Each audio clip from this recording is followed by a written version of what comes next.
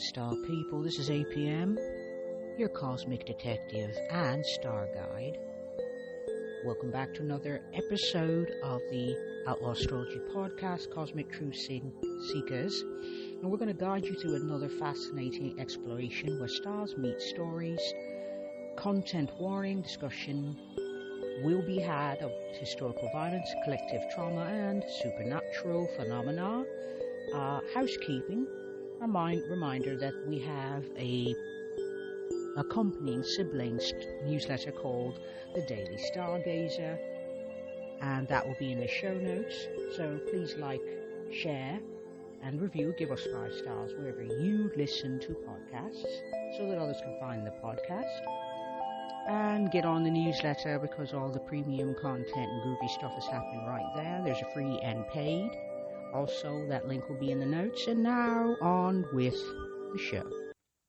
Okay, so what we're going to do is talk about part 1. Or what happened in part 1. So part 1, I talked about the murders, one of the murders, the starting murder, the inciting incident, and gave all the information based on that, and also a skeletal sketch of how criminal astrology is done.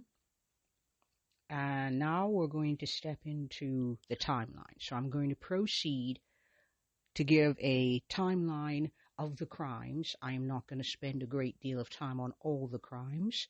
I'm going to cherry pick certain ones, and then I will say why I've chosen these ones, and we will then delve a little deeper into those charts and look at the ruler of the day or any planetary hours or any astrological information that may be useful. So, and now onward. So let's look at the first one. We're going to start with the very first crime, which occurred on the 23rd of May 1918, Joseph and Catherine M.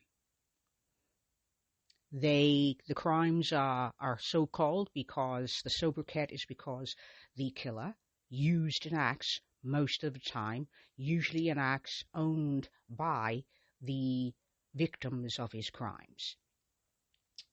Some of the people, there's 13 conical victims, and there have been similar attacks as early as 1911, with at least one of the retired police detectives speculating that this killer was responsible for the killings that happened 7 years previously. Now, to give an idea before we get into it, this neighborhood is filled with a lot of Italian immigrants and Italian Americans. And it is in New Orleans, which is a very colorful city for all of the supernatural phenomenon. It is very culturally diverse and colorful and has a huge population at this point of immigrants, but now predominantly black and other peoples of colors. So this is not a very, at this point and even today, not very economically advantaged. And so these attacks are being perpetrated on people who are marginalized. And that's basically the energy of the moment.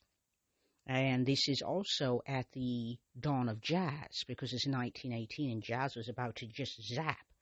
And the reason why jazz is so mentioned, if you listen to the case, number 1, this is New Orleans. Number 2, the killer actually references his or her, but mostly him, his love of jazz. And at one point he says in a letter, which we will briefly discuss, that he loves jazz and that if people start playing jazz, he might pass their house over. Now, you'll notice what I've said is there's a letter. And then the previous crimes of the Zodiac, there are also letters. And there were letters with Jack the Ripper, because it seems with these 3, which are all unsolved crimes, even to this day, the killers were very vocal. They didn't want to be invisible completely. They didn't want to be found, but they also didn't want to shut the hell up about their crimes. They wanted to share. They wanted to also kind of make themselves feel special and important and a bit arrogant in their tone, but they wanted to be seen and heard in a certain way and on their own terms. So that is basically a brief setup. These are small business owners for the most part, not, swimming in wealth, trying to do the best they can to live out the promise of the American dream in the early 20th century. And so Joseph and Catherine M. were attacked with an axe, and neither made it. And the axe was eventually found elsewhere, and that's how that worked. And so they weren't able to find a ton of people at this point. There's early days yet. Next is Lewis and Harriet, and this happened on June 27th, 1918.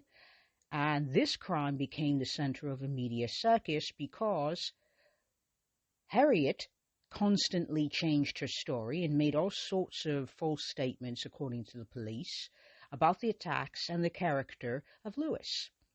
And Lewis fell under suspicion of other crimes that had very little to do with this particular crime, and was suspected of espionage. And keeping in mind, this was at also the same time going on. We were at the tail end at this point of the World War I, and so fears of German spies and attacks and things of that nature would not have been out of place during this time in this city. And so he was arrested for that, which had nothing to do with these crimes, and then arrested again once Harriet, on her deathbed, said that he was her attacker. He was charged again, served 9 months, and was acquitted on the 1st of May 1919 after a 10-minute jury deliberation. This is not the first time I have noticed this in this particular crime. Next on is Anna S., who was attacked on the 5th of August of 1918. She was an expectant mother. She was alone when she woke to find a dark figure standing in her room. Her husband was not present at the time of the crime. She didn't remember much of the attack. She survived it, gave birth to a healthy child.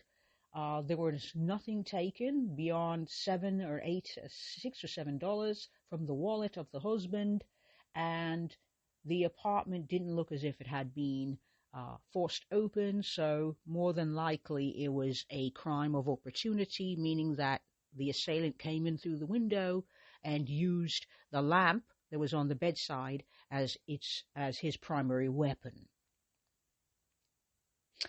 And then there's Joseph R. Now, this crime we're going to talk about a bit more because it happened on the 10th of August, 1918, and Pauline and Mary were the nieces of Joseph R., and they entered the room and found him injured. And the assailant was at that point fleeing the scene. They said he was dark-haired and heavy-set, wore a dark suit. Joseph R. was able to get into the ambulance and go to hospital on his own steam, but did not survive. He died 2 days later due to severe head trauma. The home had been ransacked, nothing stolen. The axe was found in the backyard, still bloodied, and the back door panel had been chiseled away, which was a common manner of ingress of the assailant. And this murder, the reason why I mention it, is because it caused extreme chaos. The residents were living in fear. Everybody was terrified. There were conflicting reports. People were constantly contacting the police saying, the killer's lurking in my neighborhood. People said they found axes in their backyards. And John D., who was a retired detective of Italian-American descent, said that he was the one who hypothesized that this murderer, the axeman, at that time in 1918, he believed was the same attacker from 1911, 7 years previous. And he stated that he felt that the killer was a normal, law-abiding citizen who was often overcome by a desire to kill, and he described the killer as a real-life Dr. Jekyll and Mr. Hyde. Alrighty, so let me have a look at this chart for the 10th of 1918. It's cast for, I'm going to cast, I've cast it for noon, but I think what I would like to do instead is cast it for later. So we're going to cast it for, it would have been dark, so let's cast it for about, we're going to do midnight. Let's do midnight. And just making a swift adjustment to the chart so that it'll be as accurate as it can be. Now, keeping in mind, I do not have an exact time. I know it was after dark. I know that people were likely sleeping, so it probably happened after 8 when it would have been dark, because this is the summer. I do not believe that we are still at that point where we had daylight savings at that point. I think it was a little too early for that. So it would have been after 8 at least, and as late as early in the wee hours, so probably not before midnight of the next day. So I put it here because I'm absolutely assured that it will absolutely be dark, but I cannot speak to the accuracy of the ascendant, so I will not cast this chart in a house system. Now, at the point of this crime, the moon was at 24 degrees 38 minutes. And the reason why I mention the moon first is because the moon always symbolizes the victim in a crime chart. And it was a new moon. So clarity, not dawning. So there's lots of things hidden. There's a lot of things on this day that were still yet to be discovered. It was early days yet. These crimes were still very fresh and very new in the consciousness of everybody in New Orleans, and in particular those that lived in this neighborhood. And so it was quite fresh on everyone's mind. Now, about where the first house would be, we have Chiron at 2 degrees in Aries, 2 degrees, Aries 59 minutes. And the reason why is because it's close to the first houses we're going to get for the sake of this particular reading. And that's wounds. And it's in fire, so Mars ruled, so kind of violent, kind of nasty. There would be severe trauma. He was attacked, there were cuts, there was severe head trauma. The moon is in the sixth, thereabouts will be called the sixth house, keeping in mind. And that is about rituals, but it's the everyday. So this person was attacked in their own neighborhood, in their own home, in a, everyday ritual, sleeping, but it was local, So, and it's not that far from the 7th house, which has Mars in Libra. And Mars hanging out there speaks of violence and aggression. So it means someone, I could interpret it as someone who has the ability to strategize, who can be cool-headed when they want to be, but the choice of an axe to a FBI profiler or anybody who profiles would be very telling.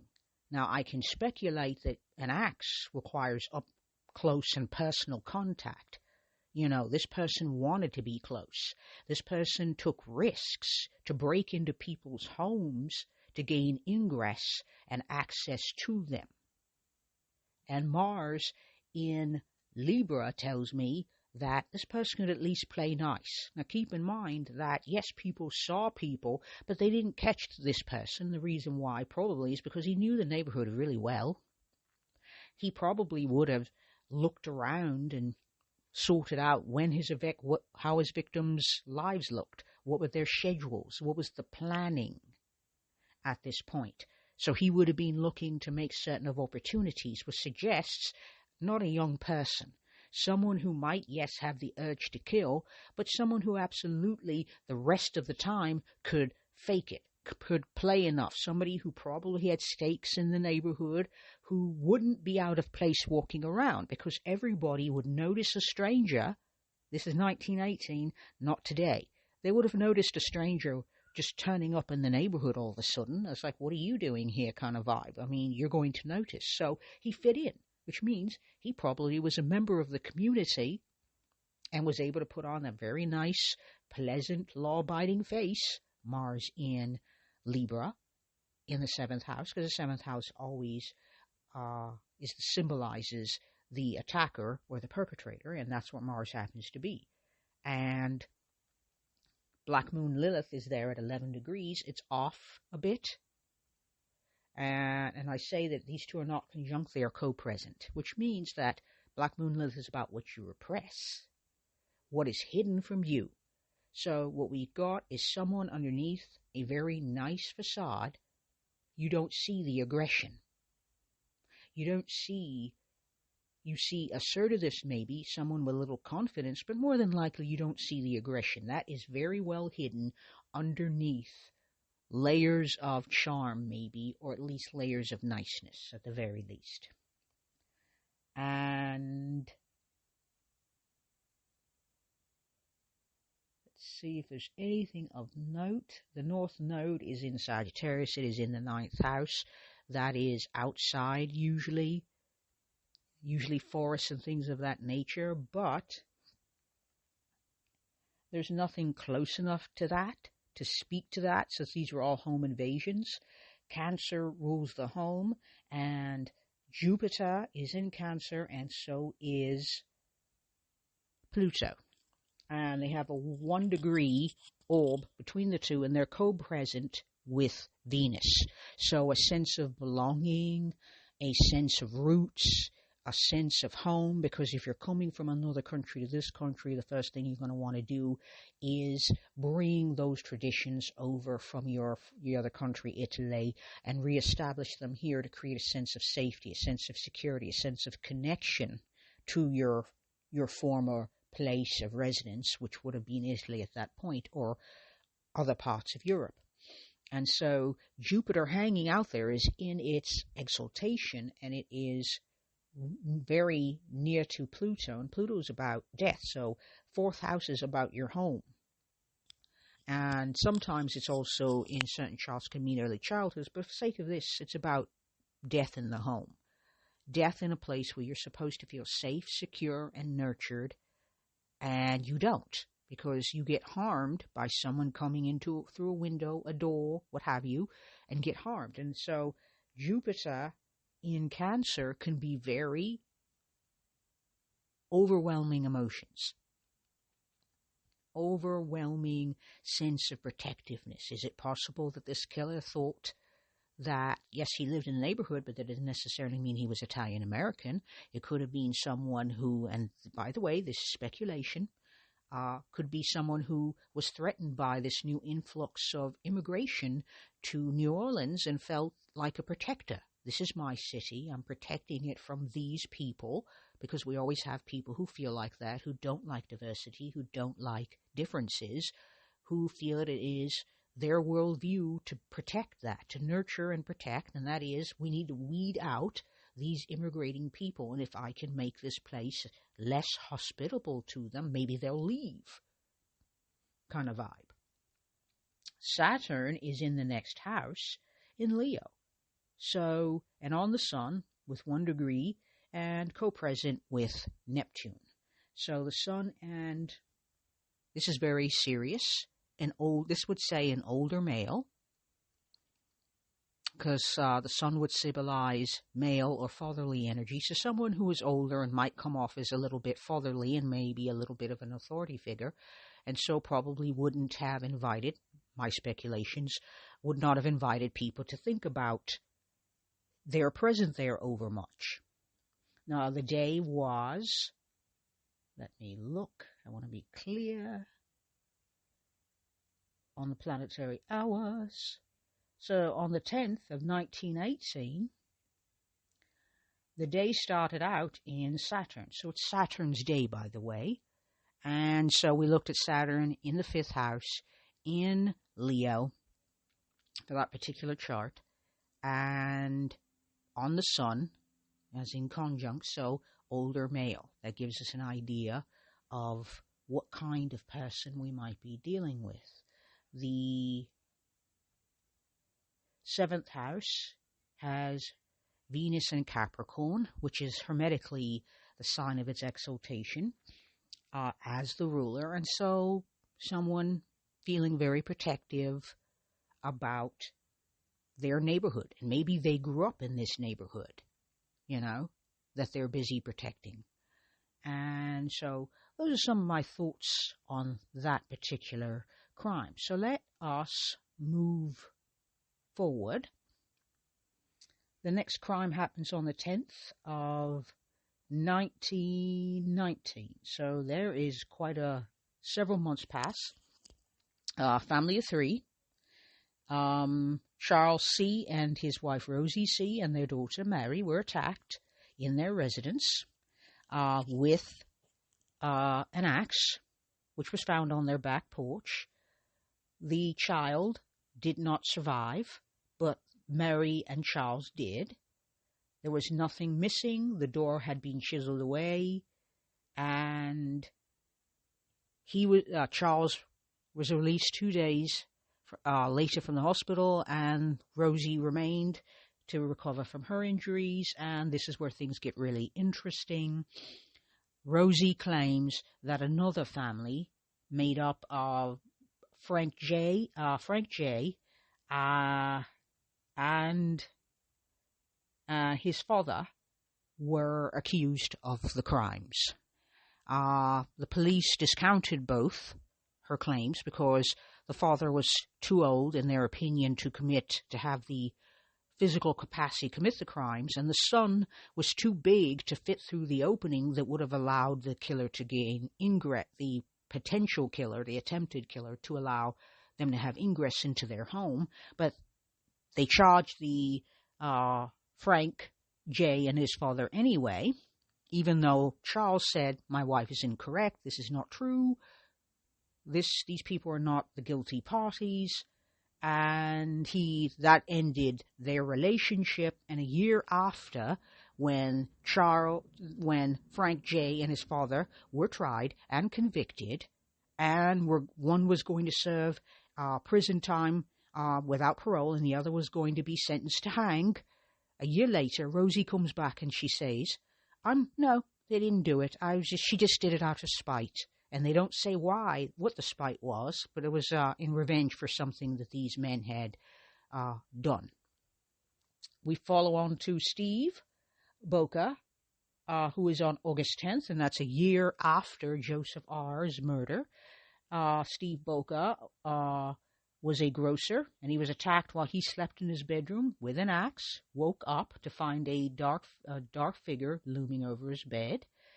After he lost consciousness, he ran to the street and found that his head had been cracked open. So he didn't know he'd been attacked at the time until he ran out in the street after hearing a commotion.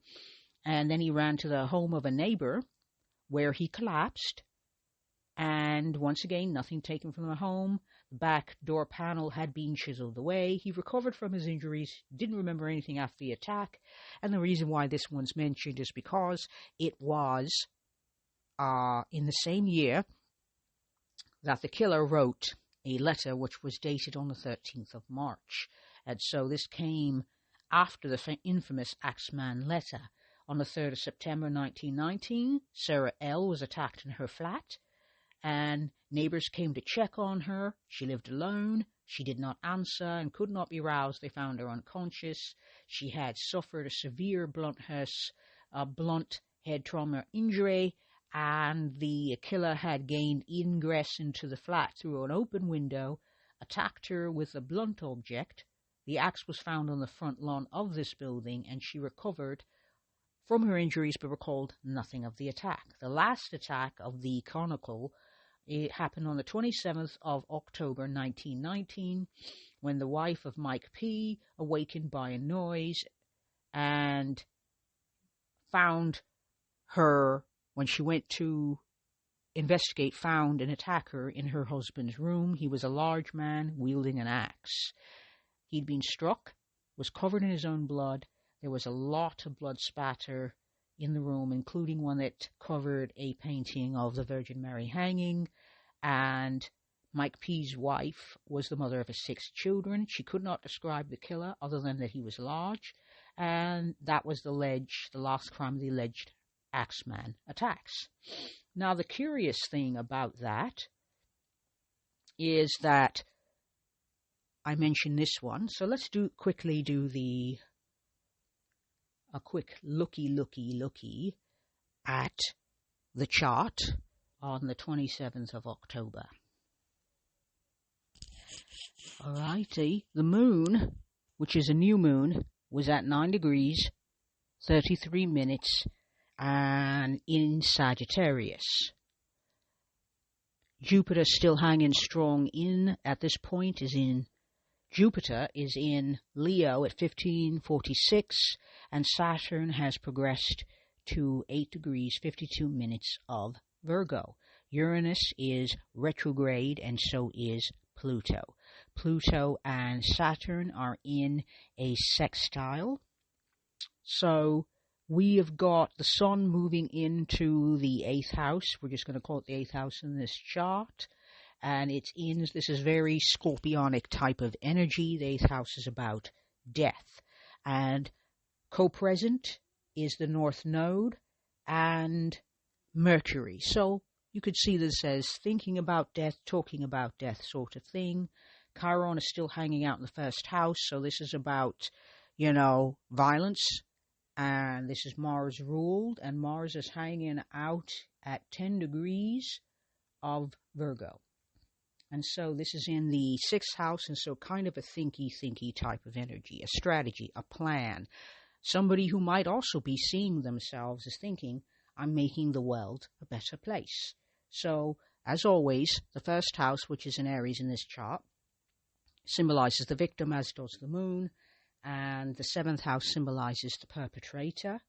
The 7th house is ruled by Venus, and Venus is in thinky and very anxious Virgo. So wants to help, might be a little anxious, might tend to overthink things, might see this. You could also see this as pruning. I want to make the world a better place, or I want to make my neighborhood better, and it was better before these people got here. And at that time, keep in mind that Italian and Italian Americans were not particularly well treated in the country. Much like Irish people, they were seen as interlopers and intruders. And so there was a lot of anti-immigrant sentiment, in particular when these two groups started to move to the United States, to the eastern seaboard and other parts. They met with a lot of persecution, a lot of oppression, a lot of violence, because people resented their presence. So keeping in mind that Mercury is ruling from the 8th house in Scorpio, this is about how you fix a problem, how you make things better on a day-to-day basis. You get rid of people permanently. If you get rid of them, then they can't be problems anymore. Mars is alongside at 10 degrees. That's a 9-degree spread. It is 2 degrees off of Saturn, which is at 8 degrees 52, and Mars is at 10 degrees 17. So older person, very strategic, very grounded, and would have a plan, and it would be a day-to-day plan, constantly being thought about and refined, because the goal was death. Mars, Mercury in Scorpio in the 8th house would be calling the shots on that 6th house energy. Jupiter is alongside with 4 degrees in Leo in the 5th house, and Neptune is about confusion. So I want to be seen, I want to be heard, but I want it to be on my terms. And I don't want you to actually know what my real reasons for doing this are, so I'm going to tell you, but I'm not going to tell you kind of vibe. Okay? So that's what's looking out. The chart still has Pluto in Cancer in the 4th house, and that is absolutely calling the shots on that 8th house of death. And so, home. All these people were killed either in places that were home-like, they usually attack. These are all home invasions, and all the attacks done with sharp or blunt instruments, usually an axe, but sometimes other instruments like a lamp or a straight edge razor, but death at home, basically.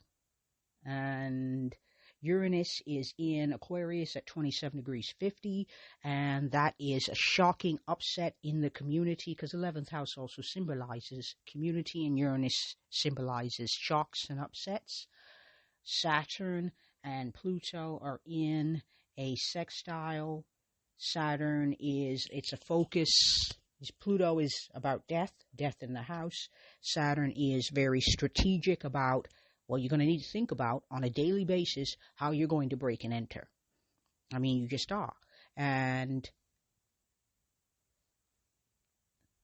let's see if there's anything else I want to share. There is a Mercury-Venus sextile as well. Mercury is at 20 degrees 56 and Venus at 1944. So the value for secrecy.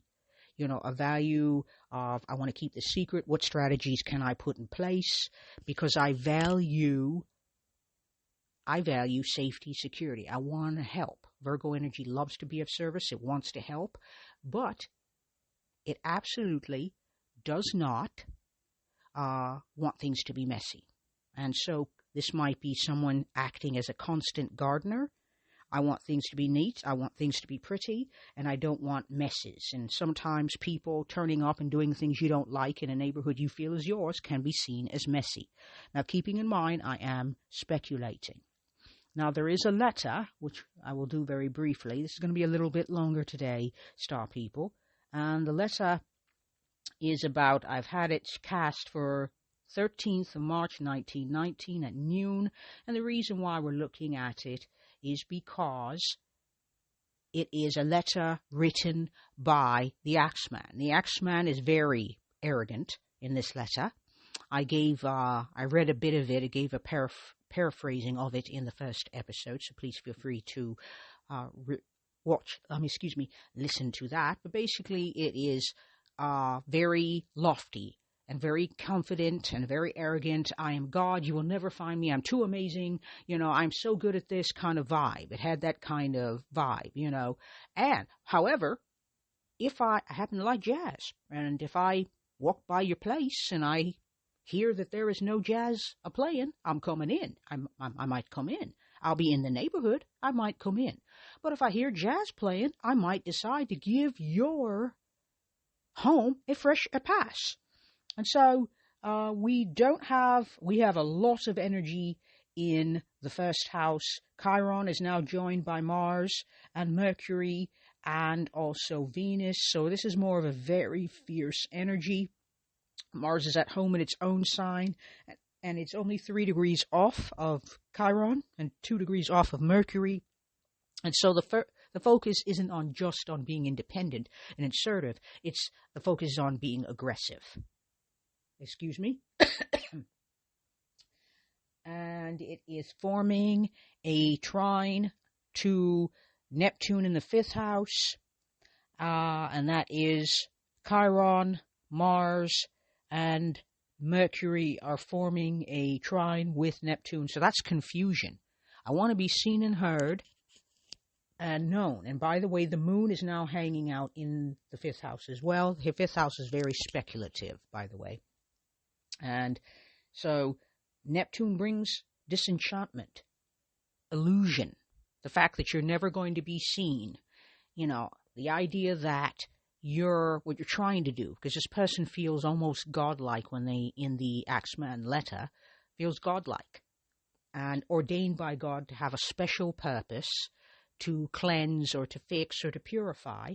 But Neptune speaks of illusion, disenchantment, and also confusion, because we really don't know who this person is or what their motives are. And more to the point, it may be also that they don't either, that they may feel the urge, the anger, and the urge to kill because they're very angry. They're upset. They're ignored. They're not being seen the way they want to be seen, by the way. And that the sun in this chart is at 22 degrees 06, and it's buried in the 12th house, which means not seen, not heard, not free to express oneself as one wants, but also it's in Pisces, and so that says someone who is not particularly, might have delusions of grandeur. They want to be part of something bigger, but they might have illusions of grandeur, which is motivated by their desire to be seen and heard. They want their actions to have an ameliorating effect throughout society, and that's just not possible.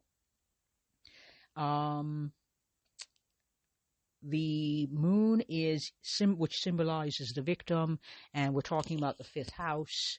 As a rule, you want to speak to the angles. You usually look at houses 1, 4, and 7, and 10 to get an idea of what's going on.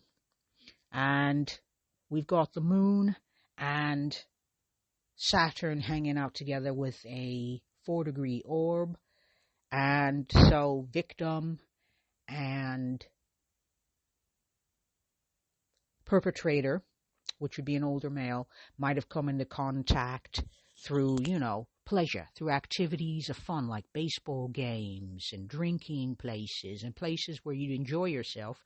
These people might have actually encountered this person, just hanging out, doing their thing, having fun kind of vibe. So this is for the 13th of 1919. And so basically when you read this chart, my interpretation of it is someone who derived pleasure. The whole point of the exercise of writing the letter was because it felt good. I want to be seen and heard, but I want it to be on my terms. And I get off on writing this letter. It makes me feel special and important and godlike, because before this letter, this person, everybody's talking, but they don't know who you are.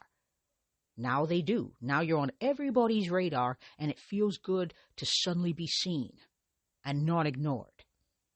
So that would be, in my opinion, and once again speculating, that would be the purpose of the letter. So we're going to do one more chart for the 19th of March 19th, 1919, which is a spontaneous jazz celebration to enervate the energy of the city. Now we're looking at the chart for the 19th of March in 1919. There is still a lot of activity in the first house. Now, in the first house, as in the previous chart, Venus is at 25 degrees 09 and it's in Aries. It's calling the shots on that 7th house in Libra, and it's close to the victim, close to, the first chart. So that means that the victim and the perpetrator were in the same place at the same time at time of death in that previous chart, in that previous situation. So the previous situation was on the 13th of March. And the killer refers to life as hell. He literally labels it hell. 13th March 1919. So the world is a hellish place, and he might see himself as a constant gardener. So that means that that Venus is in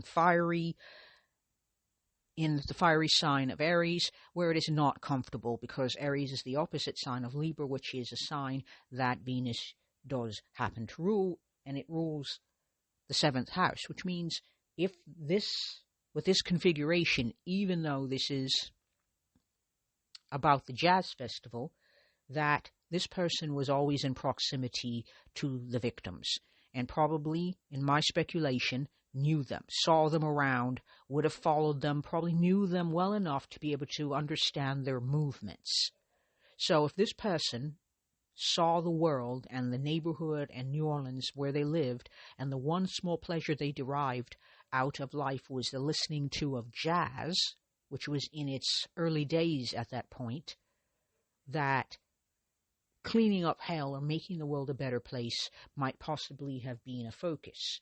The sun was in Pisces at 27 degrees 50. It is in a conjunction with Chiron. Chiron is the wounded healer. So an attempt to make the world a better place. That's Piscean energy, a sort of idealism, but it's put to bad ends because it means that someone else has to be eliminated, has to die in order for this world to be a better place. And that Chiron energy, that Venus energy, in opposition, by the way, to the moon in Libra. So the moon and Venus are in a mutual reception in this particular chart.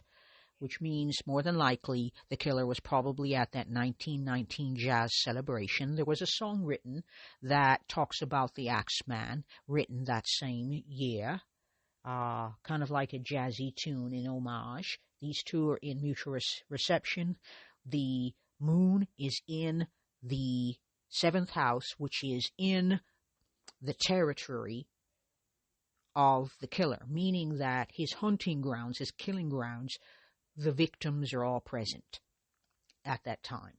And that the killer is, the ruler for the 7th house is in the 1st house, means that killer and victim are in proximity. This person lives in the neighborhood, knew the victims well enough to know their comings, their goings, and their natural circadian rhythms. So when they fell asleep, what time they got up in the morning, when they went out to get the milk, when they bought the eggs, when they did this, so as to understand when to make ingress and egress from their homes and which weapons would do the job. And these were up close and personal attacks, meaning that the killer wanted to be present close enough to see it, and then later on the 13th of March 1919, calling the world hell, but also having kind of the killer comes off as godlike, mentions himself in the same with the same words in the message as God and the divine. So might see themselves as a godlike presence, a godlike protecting presence even, and the ability to gain ingress and egress into people's homes without their permission could also be seen as a means of excitement. And also, you might feel a bit more godlike. So, on the 19th of March, there was a nice little jazz festival trying to reinvigorate the community and to excite, to heal things. Now, keeping in mind, this is the 19th of March. There are still going to be more attacks, one on the 10th of August and one on the 27th of October. So there are going to be at least 2 more attacks after this healing of the community. So I cannot say for exact certain whether or not people felt healed, but at least they had a moment of respite with this jazz festival to feel joy. I wouldn't say safety, because I speculate, and I believe I'm right here, even with no proof, that the killer was more than likely present at this jazz festival in the neighborhood in New Orleans, meant to bring the city together. And we've got, the chart being ruled by Mars from its own house in the 1st, and so that's aggression. You're going to see that not as just assertiveness, it is aggression. It's assertive when stressors don't allow for excessive aggression. This is just someone being very, very physically aggressive on other people and doing so from a place of safety as a trusted community member. Now, the 19th fell on Wednesday, and that is Mercury's day. That means that Mercury in this chart is probably going to be very important about the energy of the day. And Mercury is currently in Aries at 7 degrees, right off of Chiron, right off of Mars. So there is a conjunction, meaning a stellium in Aries. And there is wounding, iron, because Mars rules iron, it rules steel. Axes would have been made of iron or steel. It rules, axes, sharp things, burning, things like that. That's all very Mars ruled. And Chiron suggests being injured by sharp objects, including axes, including chisels, including hatchets. There was one person attacked by a hatchet. So you'll notice these are all Mars type of instruments used in the attack. And this is a Mercury day. So Mercury, very much, the focus would be on aggression for the 19th. Focus is on aggression, at the very least, as an excess of confidence at that point. So that is what the planetary hours can tell us on that thing, on that particular day. And there is a lot one can go into when we do these types of charts. Now, we're going to go very much into the last segment here, and what I'm going to talk about is one of the suspects, the most likely suspect. And the reason why I'm going to mention this suspect is because of what happened to him. So the suspect was a man named John M. And John M. met his end in December of 1920. And the speculation came from a crime writer. And here's what happened. So John M. was shot to death by a projectile, a gun, which is Mars ruled, in December of 1920 by Mike P.'s widow. And Mike P. was the last known conical victim of the axeman of New Orleans. And she shot this man dead. Other people claim that Joseph M. was the killer, but other true crime writers have, ideas about other people who might possibly have done it. They have not found any evidence of a man named Joseph M. being killed or assaulted in L.A., and so people wonder about those crimes. They could not find any information about Mrs. P. They only know that there was a woman who claimed to be the widow, and that there was someone who was tried and convicted of such crimes in California. And so the one person that we think might possibly have been the killer looks like a bit of a cipher. It's like, okay, we can't find any proof that this crime committed, that this man was killed in 1920, or that he even existed at all. Isn't it just the oddest thing that every time it feels like there's solid ground in this particular case, from what I'm reading, it looks as if everything just gets very, very pulled away. And it becomes very confusing and very uncertain. Everything is fluid and hard to pin down. And so we don't actually know whether or not this is the truth. So yes, there was a person who might have committed the crimes, but they can't prove this person actually existed. This person was said to have been murdered by a woman claiming to be Mike P.'s widow, but they couldn't find any proof that he actually had a widow or that the widow traveled to California. So that's even in doubt. Okay? And so we're looking at, lastly, Jupiter, between cosmic order and earthly chaos. And so what we're going to do is, Jupiter would not have changed signs excessively. So in 1919, in March, it was in Cancer. It would have changed signs to Leo in June. And so that focus on being protective, protecting the community, and also healing, because Cancerian energy, water energy, is very healing energy. I want to protect, I want to nurture, I want to heal. It would have put that Jupiter placement in the fourth house of home and family and belonging, so wanting to protect what's ours.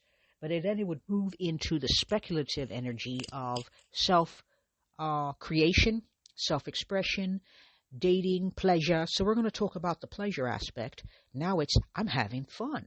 And what's more, I'm having fun because people are talking about me.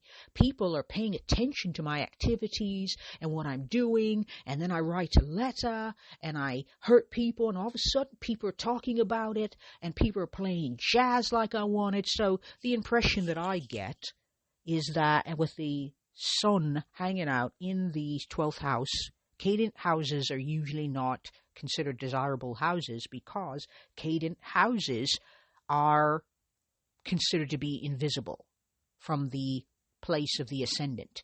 Okay, so it cannot see what's in cadent houses, meaning that it doesn't form a major aspect. The sun is in Pisces, so idealistic, wants to help, wants to make the world a better place, to be part of something bigger. But it's in the mysterious 12th house where things are hidden and oppressed or suppressed. So someone who might want to be seen and heard and has spent their entire life, and I'm speculating, feeling ignored, passed over, and this Jupiter moving into Leo in the 5th house of pleasure, which has Neptune hanging out and will be there for a while, and the moon and Saturn eventually, it's about pleasure. Someone who's getting to be seen and heard the way they want to be seen and heard, not the way other people want to see them or to hear them.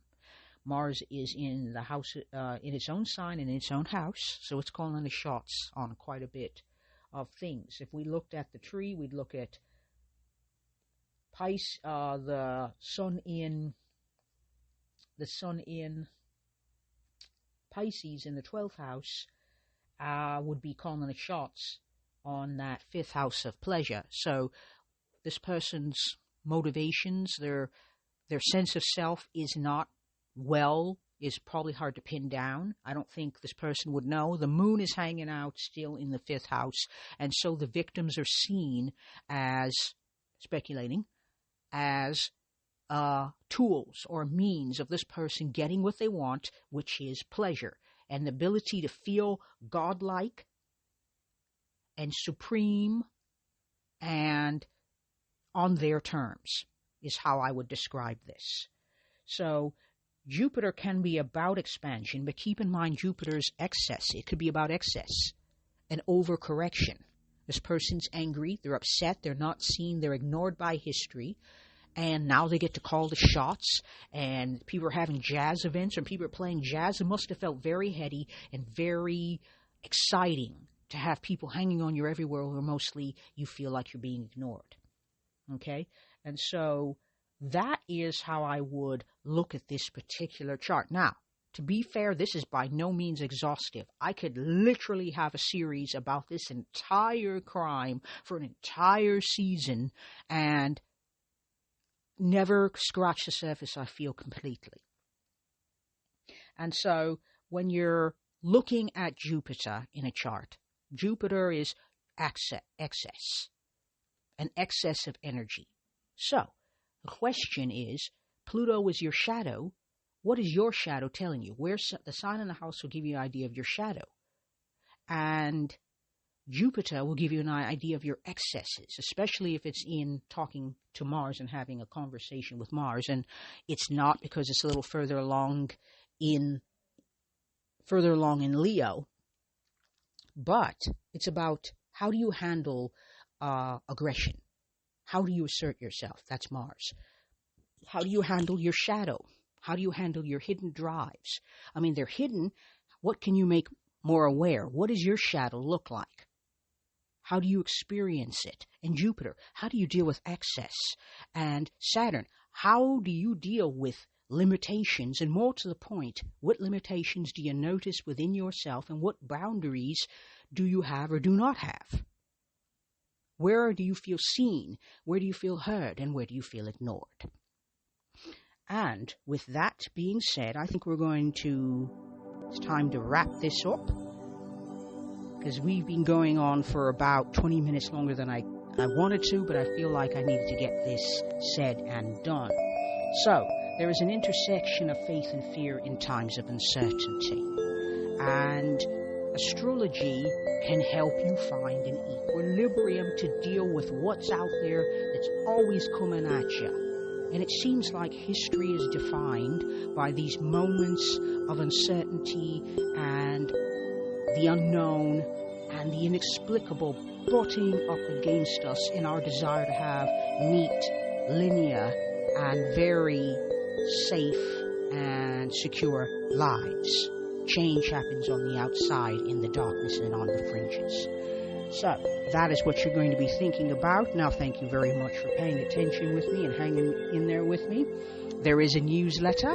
It is called The Daily Stargazer. There's a free and paid version. The information on that is in the show notes. And also,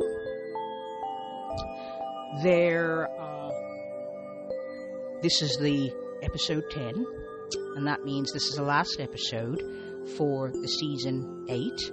There will be a 3-week hiatus while I come up with new content and rest and refresh myself. I invite everybody else to do the same.